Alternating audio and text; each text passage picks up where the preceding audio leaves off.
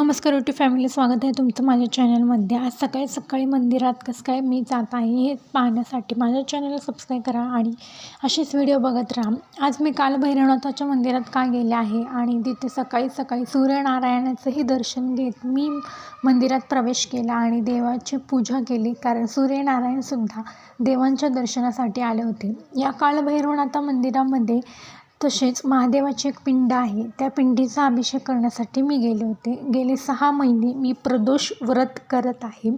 त्याचबरोबर आज माझा 12वा प्रदोष असल्यामुळे मी सकाळी लवकर उठून घरातनं सगळे पूजेचं सामान घेऊन मंदिरात जाऊन अभिषेक केला। तिथेच खंडोबाची आणि गणपती बाप्पाचीही मूर्ती आहे, देवीचीही मूर्ती आहे, त्यांचंही दर्शन घेऊन मी अभिषेक वगैरे केला आणि आरती केली।